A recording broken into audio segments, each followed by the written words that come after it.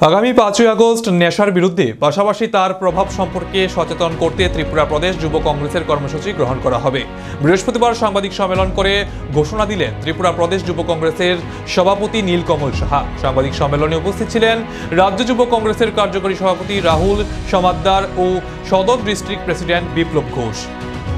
সকলকে, এই রাজ্যের সকল যুবক যুবতীদেরকে 5 তারিখ ত্রিপুরা প্রদেশ যুব কংগ্রেসের এই আন্দোলনের যোগ দিতে বলবো এবং এই 5 তারিখের পরে আমরা আমাদের প্রত্যেকটি ডিস্ট্রিক্টে, প্রত্যেকটি ওয়ার্ডে, প্রত্যেকটি ব্লকে আমরা বৃহত্তর আন্দোলনে যাব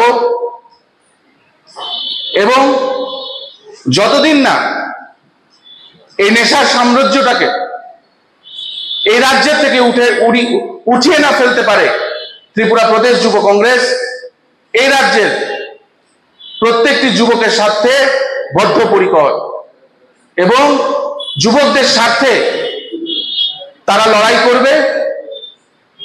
এবং আমরা সবাইকে আবারও 5 তারিখ আগরতলায় মুক্তধারা অডিটোরিয়ামে সকাল 11টায় এই রাজ্যের নেশা এবং বেকারত্বের বিরুদ্ধে